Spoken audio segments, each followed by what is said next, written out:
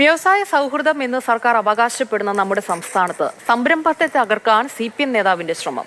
തിരുവനന്തപുരം മേനംകുളം സ്വദേശി ഫ്രാങ്ക്ലിൻ മിരാൻഡയുടെ അത്യാധുനിക ചെമ്മീൻ കൃഷിയിടത്തിലേക്കുള്ള വെള്ളം മുടക്കിയാണ് പ്രാദേശിക നേതാവിന്റെ ഈ രോഷപ്രകടനം.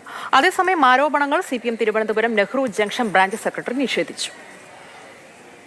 ഈസ് ഓഫ് ഡൂയിങ് ബിസിനസ്, വ്യവസായ സൗഹൃദ അന്തരീക്ഷത്തിൽ ടോപ്പ് അച്ചീവേഴ്സിൽ കേരളം ഉൾപ്പെട്ടു എന്ന് മാത്രമല്ല, ടോപ്പ് അച്ചീവേഴ്സിൽ ടോപ്പ് അച്ചീവർ കേരള. ഇനി തിരുവനന്തപുരം വെട്ടുതുറയിലെ ഒരു സംരംഭകന്റെ അനുഭവം കാണാം.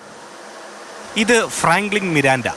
പതിറ്റാണ്ടുകൾ നീണ്ട പ്രവാസ ജീവിതത്തിനൊടുവിൽ 4 വർഷം മുൻപാണ് വെട്ടുതുറയിലെ ഈ സ്ഥലം വാടകയ്ക്കെടുത്ത് ചെമ്മീൻ കൃഷി തുടങ്ങിയത്.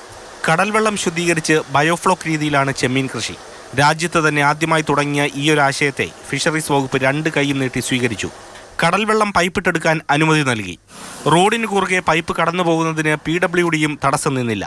എന്നാൽ CPMന്റെ Nehru junction branch secretary Vishnu ഷാജിയാണ് ഇപ്പോൾ പലതവണയായി ഇദ്ദേഹത്തെ ബുദ്ധിമുട്ടിലാക്കുന്നത്. ഈ വിഷ്ണു ഷാജി ഇത് 3ാമത്തെ തവണയാണ് ചെയ്തത്, ഈ പൈപ്പ് കട്ട് ചെയ്ത് മാറ്റുന്നത്. CPMന്റെ ഒരു ബ്രാഞ്ച് സെക്രട്ടറിയാണ്. കേരളത്തിൻ്റെ പാർട്ടിയുടെ വ്യവസായ നയം എന്തെന്നറിയാതെ അങ്ങനെയുള്ള ആളിനെയാണ് അങ്ങനെയുള്ള ആളാണ് ഒരു ബ്രാഞ്ച് സെക്രട്ടറി ആയിട്ട് ഇരിക്കുന്നത്. ഫ്രാങ്ക്ലിൻ അഡ്വാൻസ് നൽകിയ ഭൂമിയുടെ ഉടമസ്ഥാവകാശം ചൂണ്ടിക്കാട്ടിയാണ് CPM നേതാവിന്റെ ഇടപെടൽ. രാത്രിയുടെ മറവിൽ 3 തവണ കടലിൽ നിന്നും വെള്ളം കൊണ്ടുവരുന്ന പൈപ്പ് പൊട്ടിച്ചു. കുഴിയെടുത്ത് പൈപ്പ് മൂടാനും ശ്രമം നടത്തിയെന്നാണ് പരാതി. നിങ്ങളെ വിളിച്ചാല് എവിടെയുള്ള വിഷ്ണു? നെഹ്റു ജംഗ്ഷനിലെ വിഷ്ണുവാണ് വിളിച്ചത് പൈപ്പ് എടുക്കാൻ.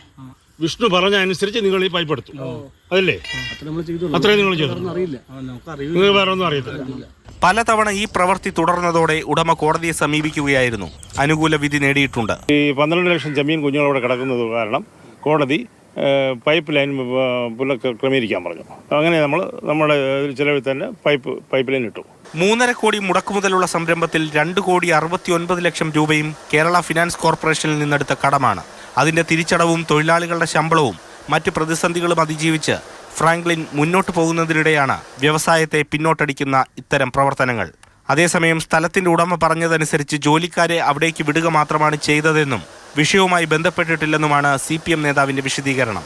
കേരളം വ്യവസായ സൗഹൃദമല്ല എന്ന് പറയാൻ ഉദ്ദേശിക്കുന്നില്ല. പക്ഷെ പലയിടത്തും തൊഴിലാളി പാർട്ടിയുടെ പ്രധാനപ്പെട്ട നേതാക്കൾ തന്നെയാണ് ഇതുപോലെയുള്ള സംരംഭങ്ങൾക്ക് കുഴപ്പമുണ്ടാക്കുന്നത്. അതിന് കടിഞ്ഞാണിടുന്നു.